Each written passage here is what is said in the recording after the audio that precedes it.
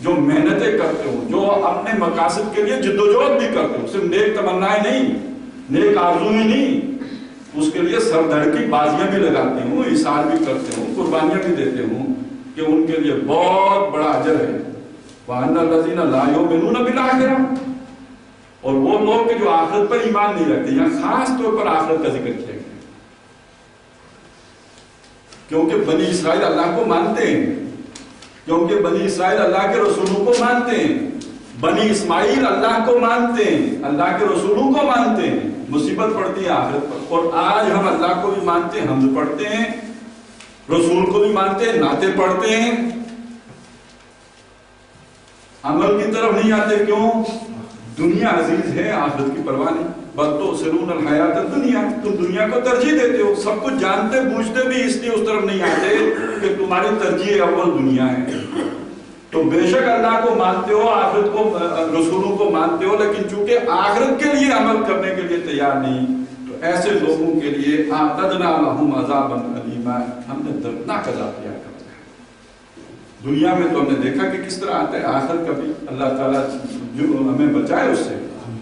اور اس کے بعد جو آیت ہے وہ بھی بہت اہم ہے, اگرچہ کہ اگلے رکوع کی ہے, وہ اس مضمون کے ساتھ جڑ رہی ہے. وَيَدْعُو الْإِنسَانُ بِالشَّرِّ دُعَاءَهُ بِالْخَيْرِ, انسان کا معاملہ یہ ہے کہ وہ جب دعا مانگتا ہے تو اکثر اوقات اپنی کم فہمی میں اپنے لیے شر مانگ بیٹھتا ہے خیر مانگنے کی جگہ پہ.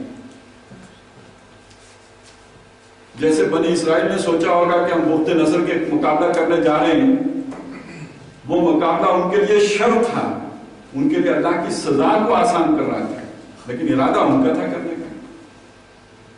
یہ جب ٹائٹس رومی کے مقابلے میں کھڑے ہوئے, بڑی قربانی, میں نے کہا تاریخ اگر آپ پڑھیں تو آپ کو اس سے بڑا جہاد نظر نہ آئے جو اس وقت بنی اسرائیل نے کیا, جو قربانیاں دی.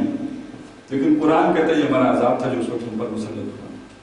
تو انسان اپنی جلد بازی میں, وقال الانسان عجولا, انسان جو جلد باز ہے, اصل محنت کرنے کے لیے تیار نہیں ہوتا, اور کاسمیٹکس قسم کی چیزیں کر کے تو سمجھتا ہے کہ مجھے وہ سب خیر مل جائے گا.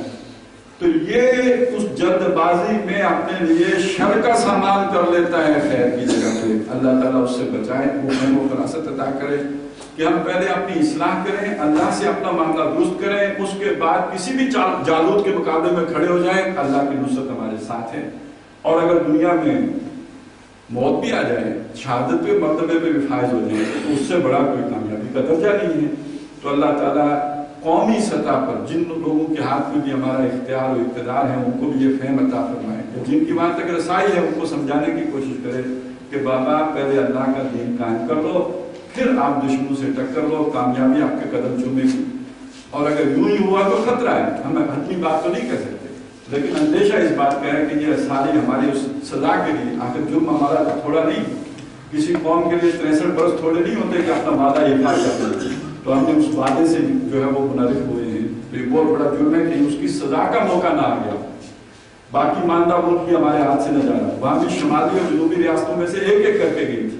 ہمارا مشرقی بازو پہلے کٹا, اب دوسرے کی کہیں باری نہ لگی ہوئی. تو اللہ تعالیٰ اس انجام سے ہمیں بچائے. اس سے پہلے ہماری قیادت کو جو اپنی ذمہ داریاں ہیں ان سے عہدہ اور پورا ہونے کی توفیق عطا فرمائے, جن میں سب سے بڑی ذمہ داری یہ ہے کہ جس مقصد کے لیے یہ ملک حاصل کیا گیا تھا, پہلے اس مقصد کے لیے اس کے اندر وہ شریعت نافذ کی جائے, پھر اللہ تعالیٰ سے حفاظت کے لیے دعائیں بھی کی جائیں, اور اللہ تعالیٰ مدد بھی پہنچائے گا. اقول قولی ھذا واستغفر اللہ لی ولکم ولسائر المسلمین والمسلمات.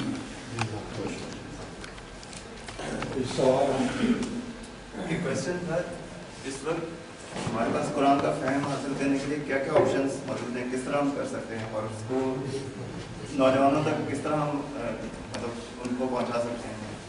قرآن اکیڈمیز کی ضرورت ہے, مطلب کوئی آپ سجیشن دیں اس کو. دیکھیے جی, کچھ کام تو وہ ہیں کہ جو اداروں کی سطح پہ کرنے کے ہیں, اور کچھ کام تو وہ ہیں کہ جو ریاست کی سطح پہ کرنے کے ہیں. کہ پوری دنیا میں اس وقت مختلف علوم جس سطح پہ پہنچے ہوئے ہیں, قرآن مجید اور اس کے درمیان ایک مطابقت پیدا کرنے کے لیے بہت بڑے کریٹیو ورک کی ضرورت ہے. اس کے لیے تو ریاست کے وسائل درکار ہیں, اس سے کم کر سطح کی کوئی چیز اس پر کامیاب ہو نہیں سکتی. لیکن قرآن مجید کی تعلیمات کو عمومی طور پر عام کرنے کے لیے قرآن کہتا کیا ہے, چاہتا کیا ہے, اس کے مطالبات کیا ہیں, تو اس کے لیے بھی ایک اکیلا 2-11 کے اصول کو سامنے رکھیں تو جتنے ادارے ہوں گے قرآن کی تبلیغ کرنے کے لیے وہ سارے گویا جتنے لوگ مل کر کام کریں گے برکت زیادہ ہوگی، ان کی طاقت بڑھے گی۔ لیکن اس سے بھی زیادہ ضروری چیز یہ ہے کہ وہ ادارے وجود میں آئیں کہ جو قرآن کی تعلیمات ہی کو نہ پھیلائیں بلکہ یہ ارادہ مصمم لے کر آئیں کہ جس حد تک ممکن ہے ہم قرآن پر عمل بھی کریں گے اور جو قرآن کے تقاضے اور جو مطالبے ہیں ان کے لیے سرگرم کی بازی بھی لگائیں گے۔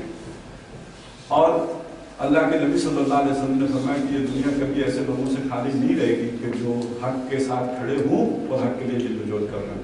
آپ ان کو تلاش کیجیے، مل جائیں گے۔ اس وقت بھی ہمارے ہاں یہ بہت ہی قابل اطمینان بات ہے کہ پچھلے تقریباً 80-90 سال ہونے کو آئے ہیں کہ جب امت کے اندر ایک ریوائول اس اعتبار سے قرآن کی طرف رجوع، پہلے تو اس کی فکر بھی کسی کو نہیں تھی لیکن ایک رجوع کا کام جو ہے بڑی تیزی کے ساتھ اس امت کے اندر ہو رہا ہے، جس کا مظہر یہ ہے کہ مغرب دنگا ہوا، اب ان کو دوبارہ آنا پڑا ہے یہاں پر۔ اس رجوع قرآن کی تحریک کے نتیجے میں جو جذبات ابھرے اور جو لوگوں کے اندر کمٹمنٹ پیدا ہوئی اپنے دین کے ساتھ، تو جو ایک پردے میں رہ کر کام ہو رہا تھا اسے دوبارہ ظاہر ہو کے کرنا پڑا۔ جی یہ آپ نے قیادت کے لیے دعا کرائی کہ حضور ہدایت دے، یعنی سارا بوجھ آپ نے قیادت پر ڈال دیا اور عوام جو ہے اس پہ کوئی ذمہ داری نہیں عائد ہوتی ہے کہ وہ ایسے لوگوں کیوں لاتی ہے۔ جی میری بڑی ناکامی ہے اگر میں یہی کنوے کر پایا ہوں کہ سارا بوجھ قیادت پر ہے اور ہم پر کوئی بوجھ نہیں ہے، اگر یہی کنوے ہوا ہے تو میں اپنی آپ نے اپنے داخلے میں دعا میں یہی کہا ہے۔ دعا تو دیکھیے دعا ایک مختلف چیز ہے، دعا تو آدمی آخری وقت تک مشرک والدین کے لیے بھی کرتا رہتا ہے کہ اللہ تعالیٰ عوام کی کیا ذمہ داری ہے وہ بھی ہے۔ بہرحال آپ کی رائے میں تو دعا کروں گا کیونکہ ان کو اگر اللہ ہدایت دے دے تو وہ بہت سی ہدایت کا باعث بن سکتے ہیں، بہت سی مصیبتوں سے ہمیں نجات مل جائے گی، نہیں تو پھر زیادہ رہ کھڑا ہوگا، جسے کہتے ہیں کشاکش زیادہ بھاری بڑھ۔ نبی اکرم صلی اللہ علیہ وسلم بھی آخر وقت تک دعائیں کرتے رہے، ابو جہل جیسے شخص کے لیے بھی دعا کی ہے، تو دعا کرنا کسی بھی مسلمان کے حق میں کوئی ایسی بات نہیں ہے کہ جو ناپسندیدہ ہو۔